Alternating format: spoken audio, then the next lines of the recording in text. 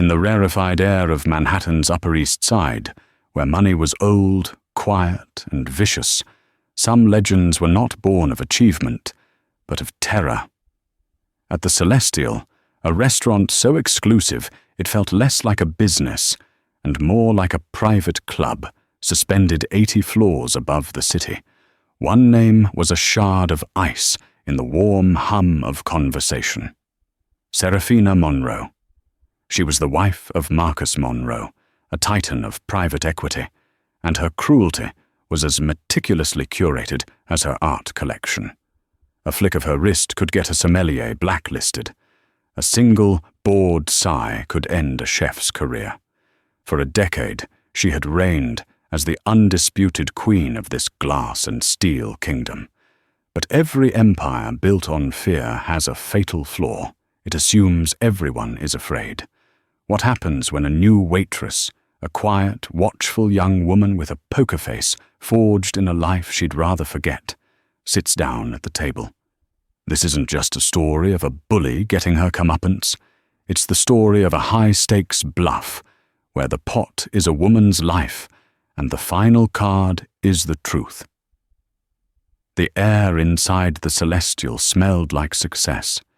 It was a layered fragrance, the crisp, ozonic scent of the city skyline through triple-paned glass, the subtle perfume of orchids flown in from Hawaii, the aged leather of the banquettes, and beneath it all, the faint, intoxicating aroma of searing wagyu and simmering ambition. For Clara Hayes, it smelled like the Last Chance Saloon. Just 6 months ago, she'd been known as the Oracle of Omaha in the hushed, smoky back rooms of high-stakes poker games. She wasn't a gambler.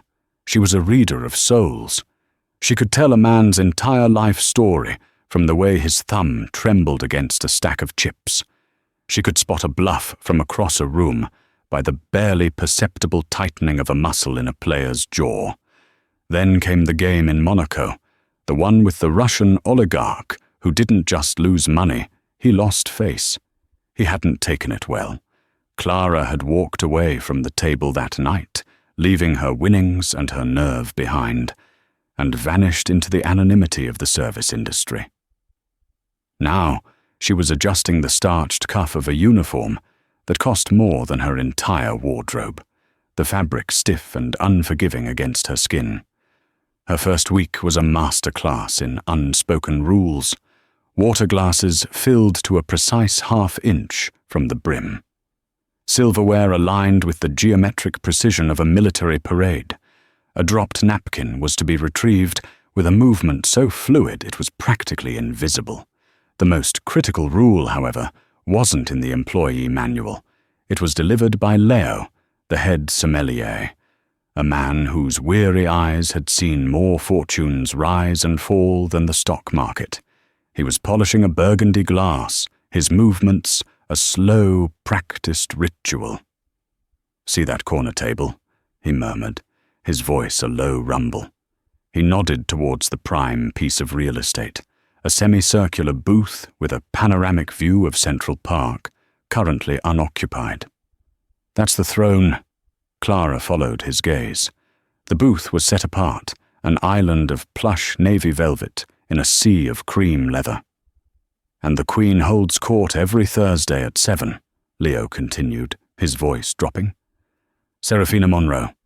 He set the glass down with a soft click. "Wife of Marcus Monroe. You know, M Corp, the man who owns the concrete, the steel, and probably the air rights for half of Midtown." Clara knew the name. Marcus Monroe was a phantom, a name on buildings and in financial reports. His wife, however, was infamous, a society page staple, always photographed with a smile that never reached her cold, sapphire eyes. "She's our most valued patron," Leo said, his gaze sweeping the dining room, "and our most feared. Don't speak unless she speaks to you. Don't look her in the eye for more than a second. If she asks for a single, perfectly spherical ice cube for her vodka, you will go to the kitchen and you will carve it from a block of Antarctic ice if you have to. One mistake, one flicker of incompetence, And she won't just get you fired. She will salt the earth of your entire career." A familiar cold knot tightened in Clara's stomach. This wasn't just a difficult customer. This was a predator who enjoyed the hunt. "Is she really that bad?" Leo let out a short, humorless laugh. "Last year we had a busboy, Finn. Sweet kid saving up for art school. He accidentally brushed her sable coat with the corner of his tray. Didn't even leave a mark. She claimed he had contaminated its aura with his poverty. She made such a scene, right in the middle of dinner service, that Mr. Dubois, the manager, had to fire him on the spot. She sat there, sipping her champagne, and watched the boy cry as he took off his apron. She seemed nourished by it. The story landed in Clara's gut like a lead weight. In her former life, she'd sat across from sharks, men who would bankrupt their own grandmothers for a winning hand. But this was a different kind of cruelty, intimate, personal, and performed for sport.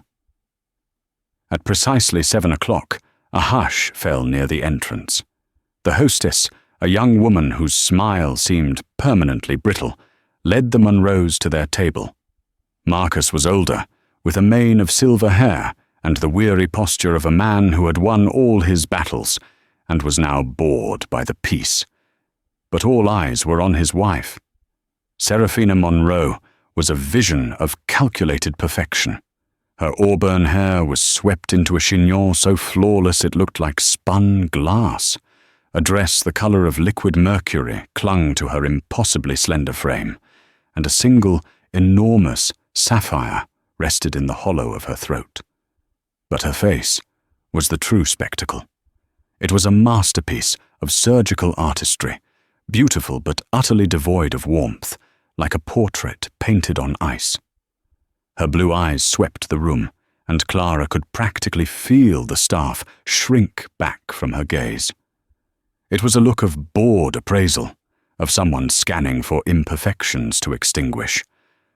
Clara's station was perilously close to the Monroe table.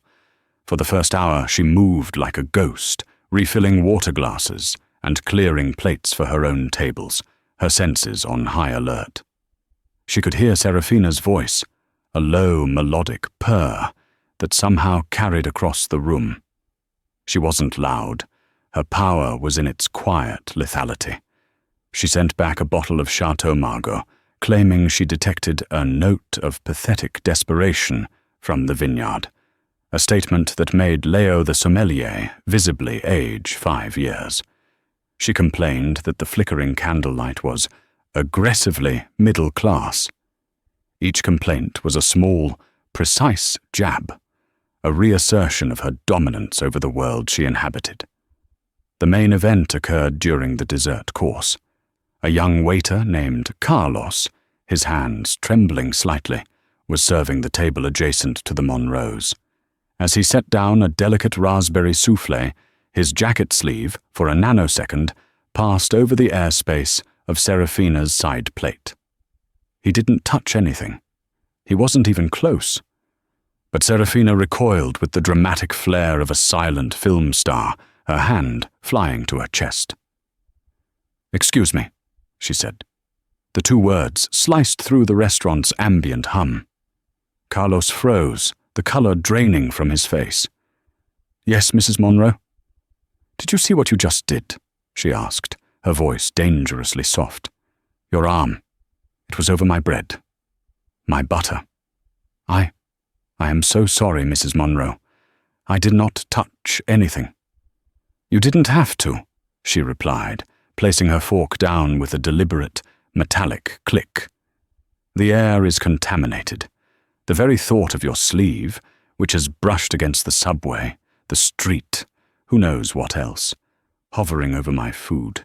It's simply revolting. I've lost my appetite." She pushed her plate of half-eaten sea bass an inch away. "Take it all away." Marcus Monroe let out a long, tired sigh, but said nothing. He simply stared out the window at the city he owned, a king trapped in a gilded cage with a beautiful, venomous viper. Mr. Dubois materialized, his face a mask of pained civility. He apologized. He groveled. He offered to have the entire kitchen staff flogged. Carlos stood behind him, trembling, looking like a man awaiting his own execution. Clara watched the grotesque theater unfold. This wasn't about hygiene. It was a public execution, a ritualistic display of power designed to remind everyone in the room of their place. She felt a familiar calm settle over her, the same icy focus she'd felt during an all-in hand. It was the feeling of analyzing an opponent, of seeing through the bluster to the weakness underneath. Leo had called this the Queen's Court.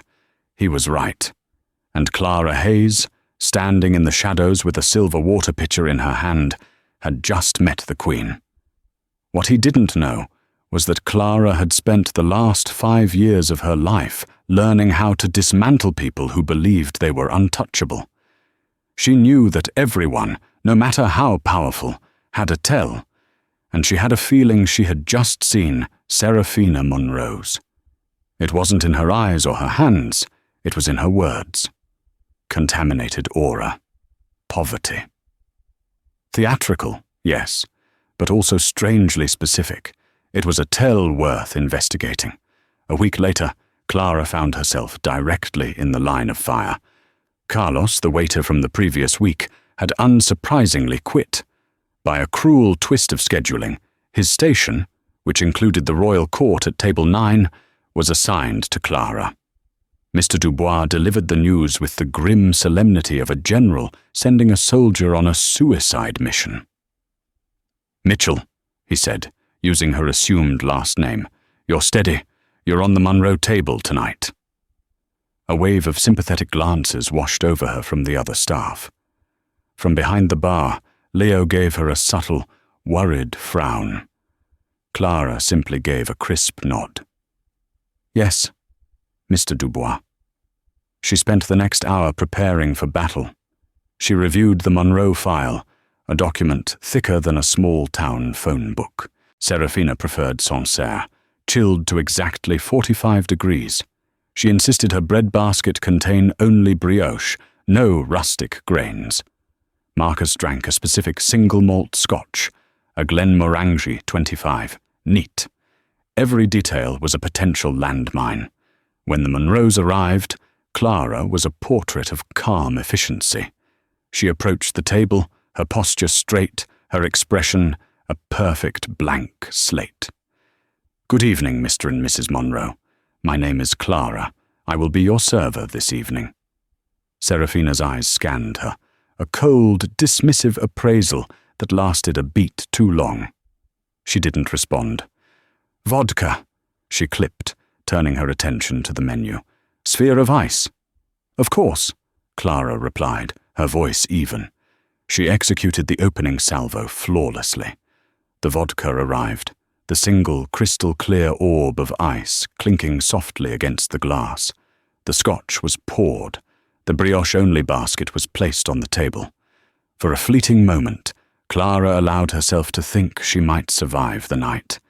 The illusion was shattered by the appetizer. Serafina had ordered the seared foie gras. 10 minutes later, Clara placed the plate before her. It was a perfect composition, a glistening lobe of foie gras on a bed of fig jam, garnished with a micro-basil sprig. Serafina stared at it, her head tilted slightly. Then she picked up her fork and, with surgical precision, nudged the garnish. "What is this?"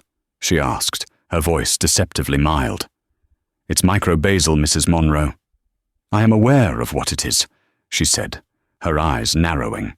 "I am asking why it is on my plate. The menu description says, a whisper of basil. This is a shout. It's aggressive. It unbalances the entire dish." She looked up at Clara, a flicker of triumph in her eyes. "The chef knows I despise overwrought garnishes. Did you fail to communicate that?" Clara knew this was a lie. The chef had prepared the dish exactly to specification. This was the test. This was the moment she was meant to crumble, to apologize, to grovel.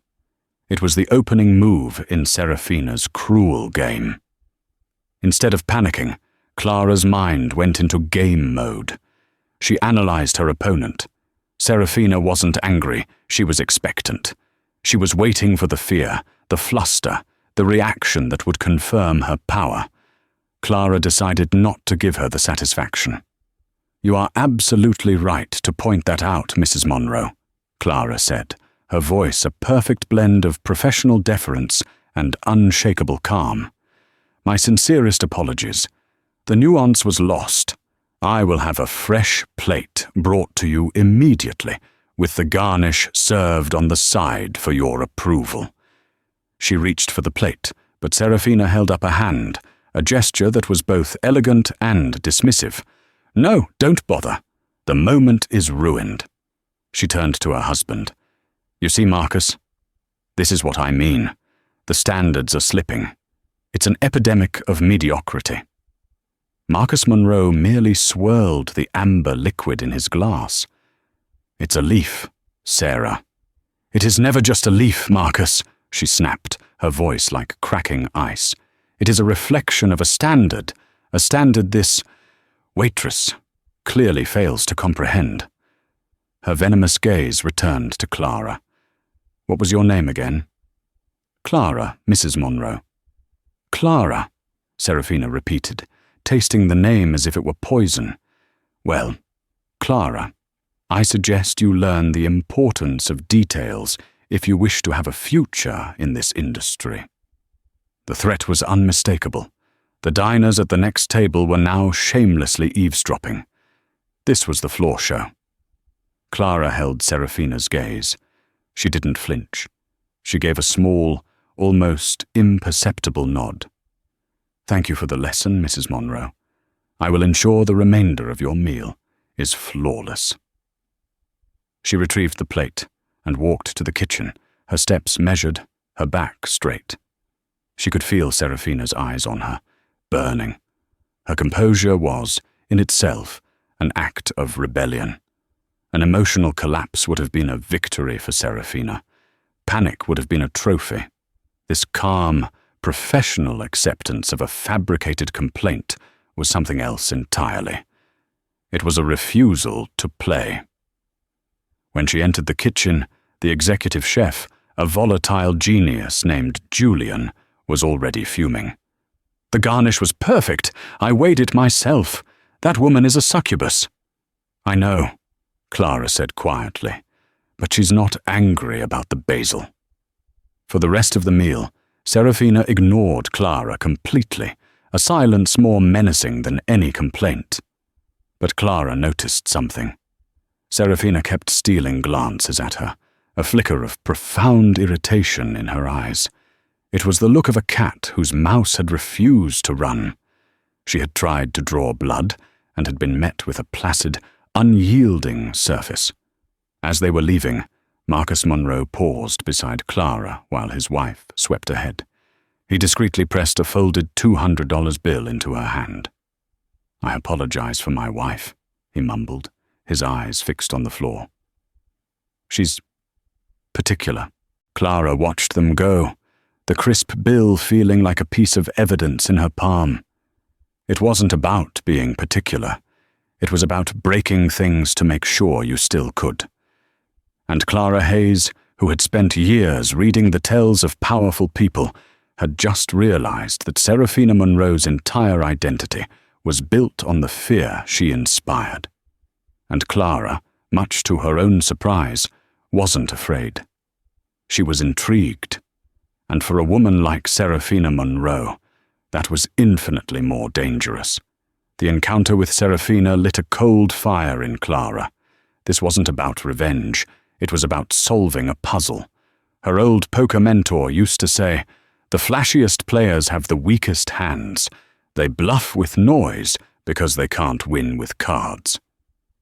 Serafina Monroe was the noisiest player Clara had ever seen.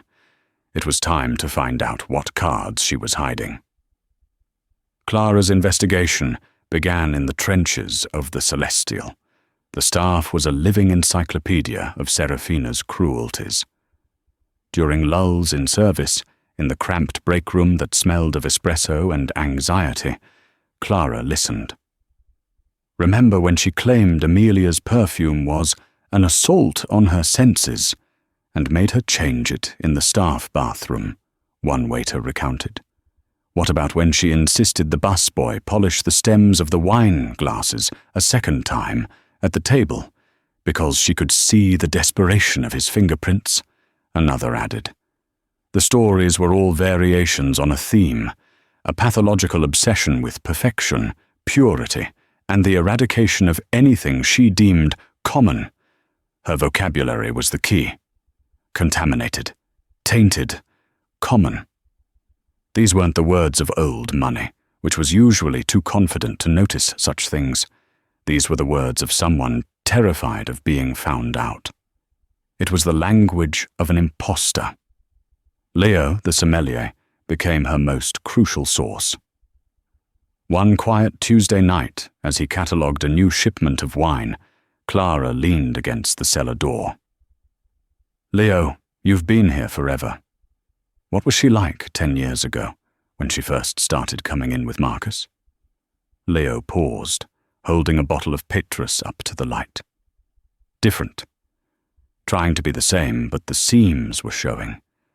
She was watchful, anxious, always looking at the other society wives, copying how they held their forks, how they pronounced Gevre Chambertin. She was learning a role. He set the bottle down gently. And Marcus, he was a lonely man, a recent widower. Serafina was beautiful, vivacious. He was so smitten he didn't notice he was marrying a performance. Leo leaned closer, his voice a conspiratorial whisper. The really strange thing is, before Marcus, she didn't exist. Clara's senses tingled. "What do you mean?" "I mean, I've been in the fine dining world in this city for 30 years. I know all the families, the Vanderbilts, the Astors, the Rockefellers. They all come through these doors. The day her engagement to Marcus was announced, the society pages had to invent a backstory for her. Serafina Dubois, a mysterious, vaguely European heiress, with a quiet, aristocratic upbringing. No one had ever heard of the Dubois family. It was like she materialized out of thin air. A woman with no past, that wasn't just a weak hand, that was a complete bluff. That night, Clara went home to her shoebox apartment in Queens. The $200 from Marcus Monroe was still tucked away, a reminder of the stakes. She opened her laptop, the keys worn smooth from years of calculating odds and researching opponents. She didn't start with Google. That was for amateurs. She started with her old network. She sent a single encrypted text message to a man in Las Vegas known only as the Ghost, a data broker who could find anyone for the right price. Her message was simple. Looking for info on a grifter.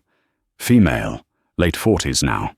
Went by Serafina Dubois in NYC approx. 12 years ago. Likely an alias. MO. Targeting wealthy, lonely older men.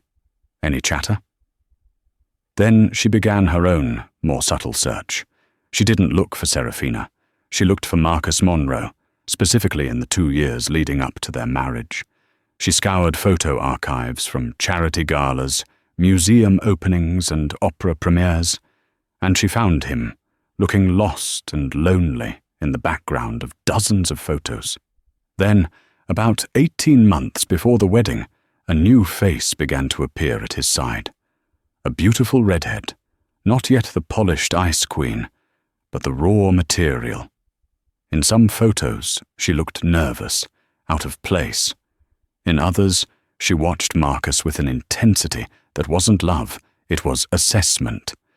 The Ghost replied 2 days later. That name is a dead end. But the MO rings a bell. There was a duo back in the late 90s, Baltimore and Philly, called themselves the Mockingbirds. An older, distinguished man and a young, beautiful redhead. They specialized in romance cons, cleaned out a dozen wealthy widowers. The girl was a chameleon, used a dozen names. One of them was Lily. They vanished after a job in Baltimore went sideways. Rumor is the old man got pinched, but Lily flew the coop with the score. Lily. Clara's heart hammered against her ribs. She cross-referenced the timeline. The Mockingbirds disappeared right before Serafina Dubois appeared in New York. It was a perfect fit. The final piece of the puzzle came from an obscure art blog post from 10 years ago, a review of a gallery opening. The reviewer cattily mentioned the newly minted Mrs. Monroe and her charming, if slightly rehearsed, anecdote about her childhood summers in a little-known village near Giverny. Giverny, the home of Monet's gardens, the Mockingbirds. Lily. Clara suddenly remembered a famous painting by Bertha Morisot, The Cherry Pickers, which featured a young redhead named Julie. In the art world, Morisot's muse was sometimes nicknamed the Mockingbird for her ability to mimic poses. It was a long shot, a gut feeling, but Clara's gut had won her hundreds of thousands of dollars. She typed a new search into an art history database. Morisot, The Cherry Pickers, Baltimore Collector. Bingo!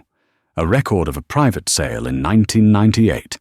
The painting, a multi-million-dollar masterpiece, had been sold by a recently widowed Baltimore industrialist to an anonymous buyer. The industrialist had been publicly dating a beautiful young redhead named Lily right before he suddenly sold his prized painting and had a nervous breakdown. Clara leaned back, a slow, cold smile spreading across her face. The Queen didn't just have a crack in her armor, her entire suit of armor was a fake. Serafina Monroe wasn't a mysterious European heiress. She was Lily, the grifter from Baltimore. Her entire life was the score of a lifetime, and Marcus Monroe was the mark. The whispers in the restaurant were nothing. Clara had just found the wire, and she knew, with the chilling certainty of a poker player holding a royal flush, that soon Serafina was going to go all in, and Clara would be waiting to call her bluff. The knowledge of Serafina's past was a loaded gun, and Clara knew she had to be patient, to wait for the perfect moment to use it. A direct confrontation was clumsy. This required finesse. For now, she continued her shifts, her unnerving calm, a constant, silent challenge to Serafina's authority. Her composure was having its intended effect. Serafina couldn't stand it. Clara's refusal to be intimidated was a grain of sand in the perfect, hermetically sealed world Serafina had built. If she couldn't break the waitress with verbal barbs, she would have to escalate. She would have to ruin her. The attack came on a sweltering Thursday night in July, when the Celestial was packed with the city's most powerful figures. The Monroes were at their table, hosting a Swiss banker and his wife. Serafina was on her best behavior, a dazzling display of charm and wit, but Clara, now fluent in her opponent's tells, saw the tension in her jaw, the way her eyes kept darting towards her. She was a cobra, coiled and waiting. The moment came just as the main courses were being cleared. Serafina let out a small, perfectly pitched gasp. She brought a hand to her throat, her manicured fingers fluttering against the skin where her massive sapphire necklace usually rested. "Oh my God," she said, her voice a carefully calibrated mix of panic and disbelief. "It's gone." Marcus turned to her, his brow furrowed. "What's gone, darling?" "My necklace!" she exclaimed, her voice rising just enough to snag the attention of the nearby tables. "The azure star. It's gone." A wave of shock rippled through the dining room. The azure star was not just a piece of jewelry, it was a legend. A flawless, 50-carat sapphire Marcus had bought for her at a Sotheby's auction, rumored to be worth 8 figures. Serafina stood up, her movements frantic but graceful. It was here. I felt it just a moment ago. I remember adjusting it right before the waitress cleared my plate. Her eyes, cold and sharp as diamond dust, locked onto Clara. "You," she said, her voice dropping to a dramatic whisper. "You were just here. You leaned in close when you took the plates." The accusation hung in the air, as thick and poisonous as smoke. Clara felt a glacial dread wash over her, but her poker training took control. "Stay calm. Read the table. Don't react." "Mrs. Munro," Clara said, her voice steady despite the frantic drumming in her chest. "I assure you, I didn't see a necklace." "Of course you'd say that," the Swiss banker's wife chimed in, eager to play a supporting role in the drama. "It could have fallen onto the service tray. You could have pocketed it in an instant." The restaurant was now a theatre of whispers. Mr. Dubois scurried over, his face pale and slick with sweat. "Mrs. Munro, what is the matter?" "The matter, Dubois," Serafina said, pointing a trembling, accusatory finger at Clara, "is that my necklace, a piece of jewelry worth more than this entire restaurant, has vanished, and your waitress was the only person near me." This was it, the ultimate power play. It was a public branding. In this world, the word of Serafina Munro against a waitress was a conviction. Clara would be fired, arrested. The accusation of grand larceny would shadow her for the rest of her life. It was a professional and personal death sentence. "Clara," Mr. Dubois said, his eyes pleading with her to make this go away. "Did you see anything at all?" "No, sir," Clara said firmly. "I cleared the plates and took them directly to the kitchen." "Search her," the banker's wife demanded. "That won't be necessary," Clara said, her voice cutting through the noise. She looked Mr. Dubois in the eye. "I will empty my pockets. I have nothing to hide." She calmly pulled out her server's notepad, a pen and a book of matches, placing them on a service stand for all to see. Serafina scoffed. "As if you'd be stupid enough to keep it in your pocket. It's in the kitchen, no doubt, stashed in a bin, waiting for you to retrieve it later." The trap was perfect. The necklace was almost certainly nestled in the silk lining of Serafina's own Hermes clutch, waiting to be discovered later, long after Clara's life was in ruins. The accusation was all that mattered. "We will search the kitchen immediately," Mr. Dubois stammered, trying to placate her. "We'll have security check everything." "And her?" Serafina insisted, her voice rising to a shrill pitch. "She should be detained. Call the police." Marcus Munro, who had been silent, finally spoke, a note of deep embarrassment in his tone. "Sarah, let's not be hasty. Perhaps it simply fell to the floor." "I've looked, Marcus. It's not here." The staff began a humiliating, frantic search on their hands and knees. Clara stood motionless, the accused at the center of the storm. She knew she couldn't prove her innocence. Denials were useless. She had to change the game. She had to use the one thing Serafina didn't know she possessed: knowledge. This was the moment. Not to expose the whole story, but to play a single, devastating card. As the search continued fruitlessly, Mr. Dubois wrung his hands. Serafina looked triumphant, and her guests whispered, their eyes darting towards Clara like vultures. The accusation had already become fact in their minds. "We can't find it, Mrs. Munro," Mr. Dubois reported, his voice shaking. "Then call the police," Serafina commanded. "I want to file a report." The final, damning blow. Clara knew this was her only chance. She couldn't disprove the lie about the necklace, but she could attack the credibility of the liar. She could introduce a variable Serafina could never have anticipated. She took a deep breath and looked directly at Serafina. Her voice was not loud, but it was clear and carried an odd, resonant quality that cut through the tension. "Mrs. Munro, before you call, perhaps you should check your handbag again very carefully. Sometimes, in stressful situations, we misplace things." Serafina laughed, a short, ugly bark. "Are you suggesting I'm forgetful? I think not." "Not at all," Clara said, her tone still perfectly even. "It's just that high-stress situations can be disorienting. They can make you feel like you're back in a different time, a different place." She paused for a beat, letting the word settle. "Like Baltimore, for instance." The name dropped into the charged atmosphere with the force of a physical blow. It was so random, so out of context, that it created a pocket of pure confusion. Marcus looked puzzled. The Swiss couple frowned. But Serafina froze. For one infinitesimal second, the mask of the society queen disintegrated. A flash of raw, primal fear lit her eyes. It was the unmistakable look of a cornered animal. Her face, which had been flushed with righteous fury, turned the color of ash. What did you say?" she stammered, her voice losing its imperious edge.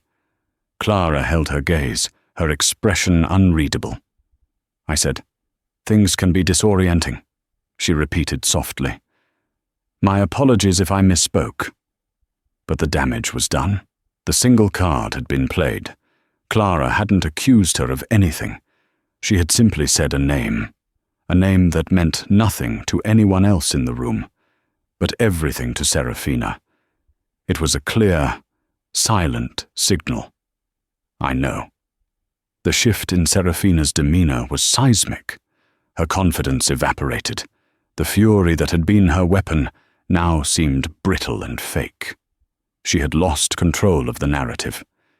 It was then that another player at a nearby table, a man who had been watching the entire exchange with a detached, analytical amusement, spoke for the first time. Julian Croft, a tech billionaire known for his ruthless business practices and even more ruthless social observations, slowly folded his napkin. "A fascinating turn of events," he said, his voice calm and carrying. He looked at Marcus Munro. "Marcus, your wife seems distressed. Perhaps the stress of the evening has been too much for her." He then turned his cool, grey eyes to Serafina. "Mrs. Munro, that is a beautiful handbag. A custom Hermes, I presume. They say the craftsmanship is so impeccable, one could hide the crown jewels in one of the inner pockets and never even feel the weight." It was a masterstroke. Julian Croft, a man whose social standing was equal to, if not greater than, the Munros, had just subtly shifted the narrative. He hadn't taken Clara's side. He had simply highlighted the absurdity of the situation and, with a surgeon's precision, offered Serafina an escape hatch, a deeply humiliating one. Checkmate. If the necklace was now found in her own bag, the entire scene she had orchestrated would collapse into a ridiculous, hysterical farce. Serafina stared at Julian Croft, then back at Clara, her eyes burning with a hatred so pure it was almost beautiful. She was trapped, cornered by a waitress and a rival billionaire. With a trembling hand, she reached into her clutch. She fumbled for a moment, her face a mask of rage and mortification. Then her fingers closed around something hard and heavy. She pulled it out. There, glittering under the soft lights of the celestial, was the azure star sapphire necklace. A collective gasp swept the room, followed by a thick, suffocating silence.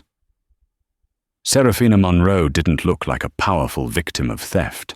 She looked like a fool, a hysterical, paranoid woman who had thrown a world-class tantrum over a necklace in her own purse.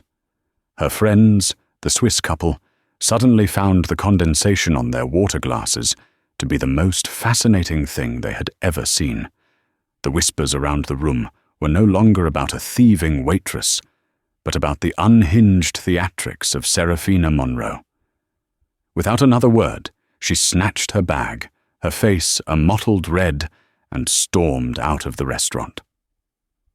Marcus Monroe, his face a grim mask of apology and exhaustion, threw a black credit card on the table and followed his wife, leaving a crater of social ruin in his wake. Mr. Dubois looked at Clara, his expression a cocktail of awe, confusion, and sheer terror.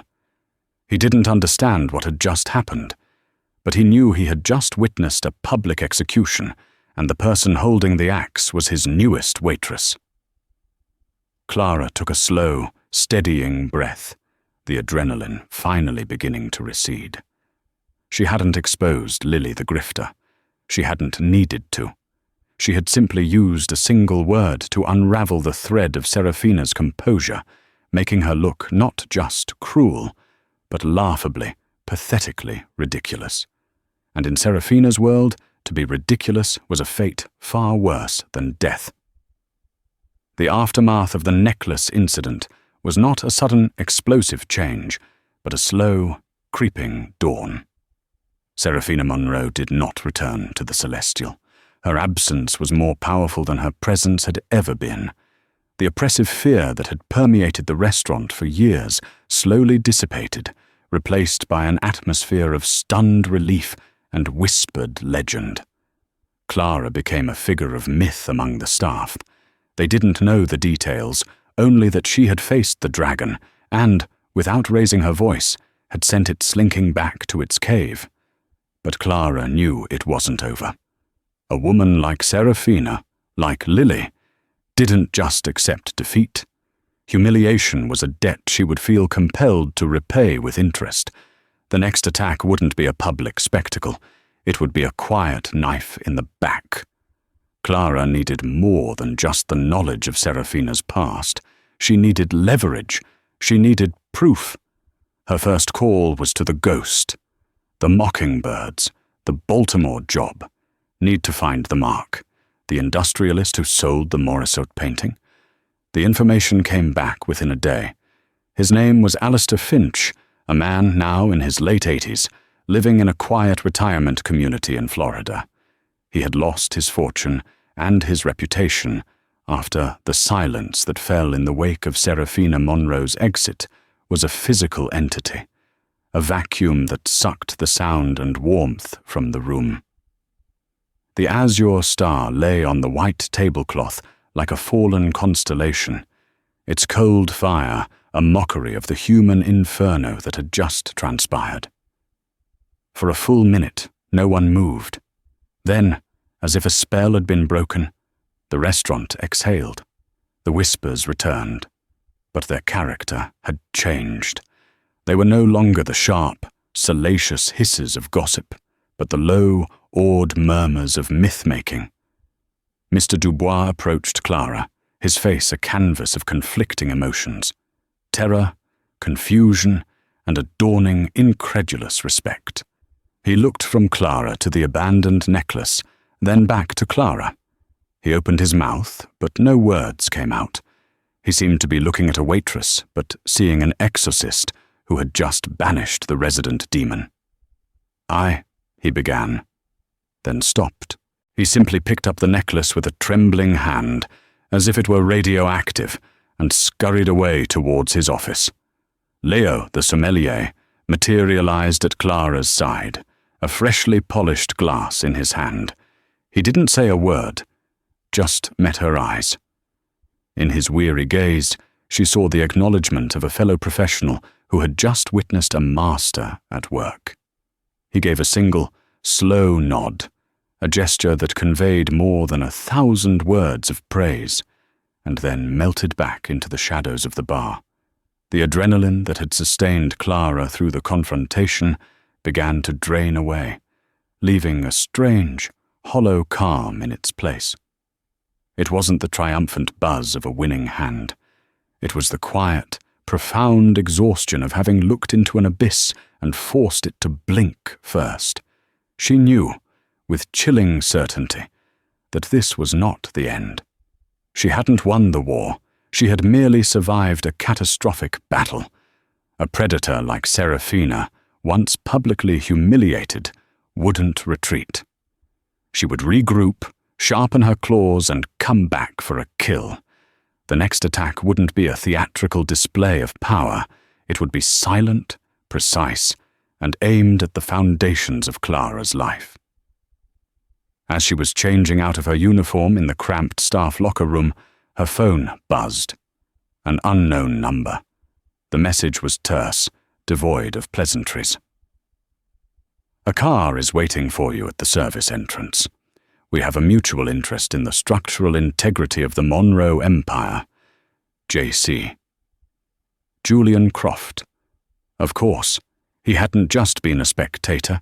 He had been an analyst, calculating the angles, assessing the players. The Blacktown car was an island of silent luxury amidst the grimy chaos of the back alley. Inside, Croft didn't offer a drink or a handshake. He gestured to the seat opposite him, his cool grey eyes appraising her as she settled in. "That wasn't a defence," he said, his voice as smooth and cold as river stones. "That was a controlled demolition. The word Baltimore was your detonator. I'm interested in what kind of explosive you attached to it." Clara met his gaze, her own expression a placid mask. This was a different kind of table, a different kind of game. "My interests are small, Mr. Croft. I just want to keep my job and not be framed for grand larceny." A faint smile touched his lips. "Let's dispense with the pretenses, Ms. Hayes. You and I both know this has escalated far beyond a workplace dispute. You have information. I have resources. Serafina Monroe is the emotional and ethical rot at the core of her husband's company, a company I have been trying to acquire for the better part of a decade. Marcus is a plodding, predictable fool, but he is protected by the illusion of his wife's social standing. You have just proven that illusion is fragile." He leaned forward, the faint light from the street lamps glinting in his eyes. "Tell me what you have, what you suspect. My team can confirm it. We can find the paper trails, the offshore accounts, the skeletons. In return, I can offer you something more valuable than protection. I can offer you a shield and a sword." It was a pact with a devil, but a devil whose motives were transparent. He didn't want justice. He wanted leverage. And in the world she now found herself in, leverage was the only currency that mattered. She thought of the fear in Carlos's eyes, the weary resignation of Leo, the generations of staff who had been terrorized by one woman's bottomless insecurity. This was bigger than her now. "There was a grifter in the late 90s, Clara began, her voice low and even, part of a duo called the Mockingbirds. Her name was Lily." As she spoke, she watched Julian Croft. He didn't react with surprise, only with the quiet intensity of a grandmaster watching his opponent's strategy finally reveal itself. The game was afoot. The flight to Sarasota was a descent into a different world. The crisp, vertical energy of New York gave way to the humid, horizontal languor of Florida. Clara felt as though she were traveling back in time, chasing the ghost of a woman who had clawed her way out of a life of desperate anonymity. Croft's resources had been ruthlessly efficient. Within hours they had provided a complete dossier on Alistair Finch, a photograph, his address at the Palmetto Gardens retirement community, and a summary of his financial and social collapse in the late 1990s. She found him on a screened-in lanai, a skeletal figure in a faded polo shirt, staring at a manicured golf course he would never play again. The air was thick with the scent of gardenias and regret. She didn't approach him as a writer or a researcher. She approached him as a fellow survivor of a very exclusive club. "Mr. Finch?" she said softly, her voice carrying no artifice. "My name is Clara. I'm here because I recently had an encounter with a woman I believe you once knew as Lily." His head snapped towards her, his eyes, pale and clouded with cataracts, sharpened with a sudden, painful focus. For a moment, he looked like a man who had seen a phantom in broad daylight. "No one has said that name to me in 20 years, he rasped, his voice thin and brittle. "Who are you?" "I'm the person she tried to destroy last week," Clara said simply. That was the key. Not sympathy, but shared experience. He stared at her for a long time, his gaze traveling over her plain clothes, her steady posture, her unreadable face. He was reading her, just as she had read so many men across a poker table. Finally, he seemed to find what he was looking for. He gestured to the empty wicker chair beside him. He didn't speak of a whirlwind romance. He spoke of a quiet, insidious haunting. Lily hadn't been a bombshell. She had been a confidant. She had listened to his stories of his late wife, shared his passion for impressionist art, and filled the crushing silence of his life with her intelligent, attentive presence. "She learned me," he said, his gaze distant, like a student learning a subject for an exam. "My favorite wine, my political grievances, my secret disappointment in my son.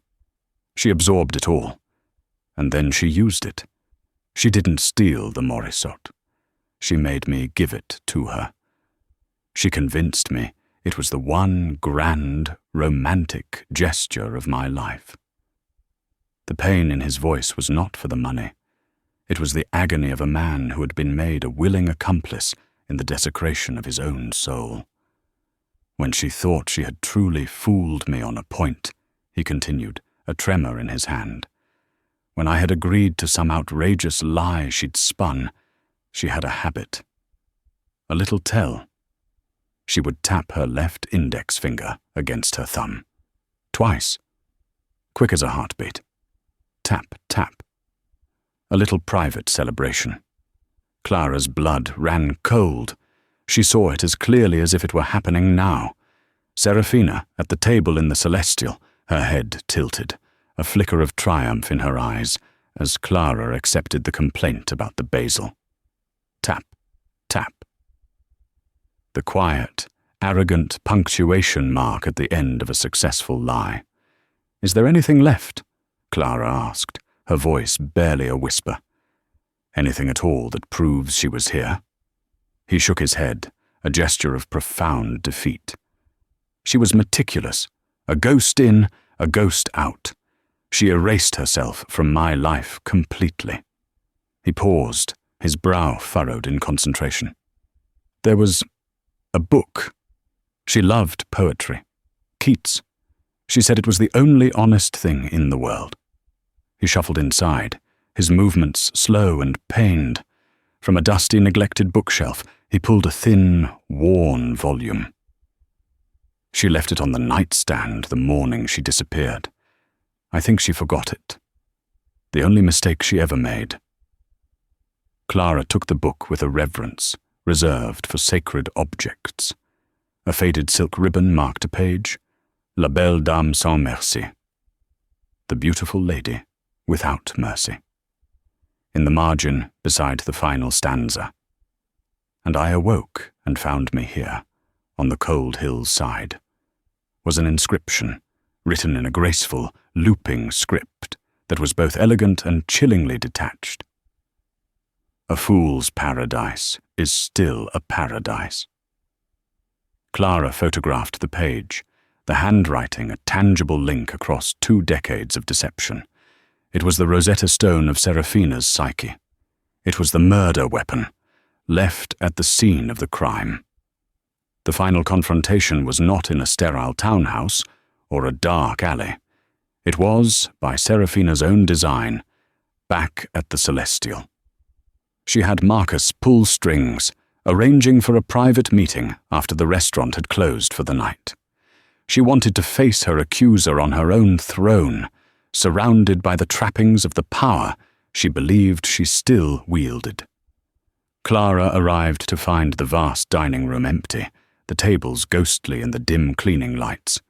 Serafina sat alone at her corner table, the glittering panorama of Manhattan spread out behind her like a kingdom. She was dressed in a severe black dress, the azure star a defiant splash of blue at her throat. She looked less like a queen and more like a general, surveying a battlefield where she had once been victorious. "I commend your resourcefulness," Serafina began, her voice devoid of its usual melodic purr. It was flat, hard. "Hiring Julian Croft to dig for dirt. Finding that pathetic old man in Florida. It's quite the production." "It was never a production," Clara replied, remaining standing, refusing to take the seat offered to her. "It was about the truth." Serafina let out a short, sharp laugh. "Truth? There is no truth. There are only stories. The story of a European heiress is simply better than the story of a girl from a trailer park in West Virginia, whose only inheritance was a violent father and a mother who drank herself to death. I chose the better story, the one that got me. This," she gestured to the city lights.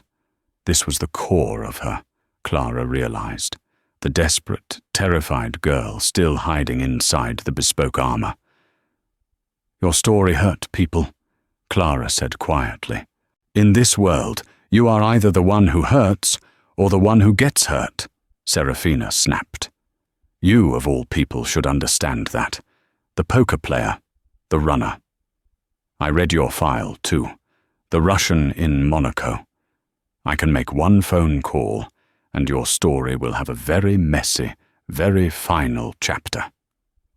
It was her last card, the bluff she thought was unbeatable. Clara didn't flinch. "Let's play our hands, then, shall we?" Clara said, her voice dropping into the calm, focused tone of a final round. She placed her phone on the table. "Your hand is a threat. It's a powerful card. But it's based on the assumption that I'm still that person. The one who runs." She slid the phone across the polished wood.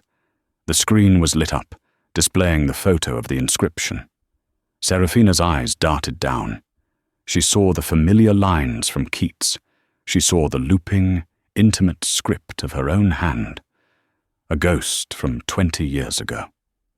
A fool's paradise is still a paradise. For the first time, a crack appeared in Serafina's icy composure. A genuine, uncontrolled tremor ran through her. "Alistair Finch doesn't want revenge, Lily," Clara continued, using the name like a scalpel. "He wants his painting back. That's my first card." She swiped the screen. A new document appeared, a summary of financial records compiled by Croft's team, a web of offshore accounts, shell corporations, and wire transfers, documenting the systematic embezzlement of millions from Marcus's estate. "My second card. Julian Croft doesn't care about your past, but he is very interested in your present. He's prepared to leak this to every financial journalist in the country. It would not only destroy you, it would trigger a shareholder revolt that would cost Marcus his company." Serafina stared at the screen, her breath coming in shallow bursts. The walls were closing in. "But my winning card," Clara said, her voice softening slightly, "is your husband. He may be a fool, as you say, but I believe he is a fool who loved you. Or at least, he loved the story you told him. What do you think happens when he learns that the entire foundation of his life for the past decade has been a lie? When he learns that the woman he shares a bed with has been systematically robbing him? That isn't a scandal. That's a tragedy. And it's one that you will have to live with every single day." Serafina looked up, her blue eyes, once so cold and powerful, now shimmering with a desperate, terrified light. The mask didn't just fall, it shattered. In its place was the face of a cornered, exhausted hustler who had run the longest con of her life, only to find herself trapped in the gilded cage she had built. She had won the world, but she was utterly, completely alone in it. She looked at Clara, and in that moment, all the venom, all the cruelty was gone. All that was left was a vast, cavernous emptiness. Slowly, without a word, she reached up and unclasped the azure star. She slid the heavy, cold necklace across the table. It was not a payment. It was a surrender. A month later, Clara stood not in a boardroom, but in a quiet gallery at the Baltimore Museum of Art. The Morisot, the cherry pickers, had been returned, placed on long-term loan by an anonymous donor. Across the room, Alistair Finch sat in his wheelchair, his caretaker beside him. He wasn't looking at the painting's brush strokes or its composition. He was simply looking at it, a quiet act of reclamation as tears streamed down his wrinkled face. He was not just getting a painting back, he was getting a piece of his own story back, a piece Lily had tried to erase. Julian Croft had kept his word. The financial records remained buried. The Monroes had vanished from New York society, retreating to a secluded life abroad. The story was that Serafina had suffered a nervous breakdown. It was, Clara thought, the truest story that had ever been told about her. Croft's job offer still sat on Clara's kitchen table. Head of Strategic Analysis. It was a tempting, lucrative path. But as she watched Alistair Finch, she knew it wasn't her game anymore. Her skill wasn't in corporate takeovers or strategic demolition. It was in seeing the person behind the mask, the tell behind the bluff, the truth behind the story. She left the museum and walked out into the crisp autumn air. She took out her phone and declined Croft's offer. She didn't know what came next. Perhaps she would go back to waiting tables. Perhaps she would find a different kind of table, one where the stakes were smaller, but the people were more real. She had walked into the celestial as a woman running from her past. She walked out of the museum as a woman who had finally decided to stand still. She no longer needed to read the tells of others to know her own worth. She had faced the Queen, called the biggest bluff of her life, and in doing so had won back not a pot of money, but the one thing she thought she had lost forever in Monaco. Herself. And that, she knew, was the only jackpot that ever truly mattered.